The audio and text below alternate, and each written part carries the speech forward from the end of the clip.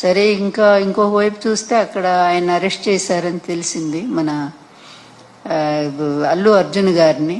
పాపం నిజంగా నాకు బాధ వేస్తుంది. ఎందుకంటే ఎన్ని కుట్ర రాజకీయాలండి, ప్రతి చోట ఈయన చేతులు ఉంటాయి, అందులో సందేహం ఏమీ లేదు. ఇక్కడ 29 మంది మన గోదావరి పుష్కరాల్లో చనిపోతే మరి ఇతను ఎన్నిసార్లు అరెస్ట్ చేసి జైల్లో పెట్టాలండి? చంద్రబాబు గారిని ఎన్నిసార్లు చేయాలా? అదేవిధంగా కందుకూరులో దాదాపుగా 9 మందిని చంపేశాడు ఈయన. ఇరుకు సందులో మీటింగ్ పెట్టి, ఇరుకు సందు, అందులో పాపం తొక్కిసలాట జరిగినట్టు, తన కోసం జనం విపరీతంగా వచ్చినట్టు చేయటం కోసం, మీడియా కోసం అక్కడ అట్లాగే చేసి 9 మందిని చంపాడు. చీరల పంపిణీలో 3 ఆడవాళ్ళు ప్రాణాలు కోల్పోయారే. ఈయన ఎన్నిసార్లు జైల్లో పెట్టాలో చెప్పండి?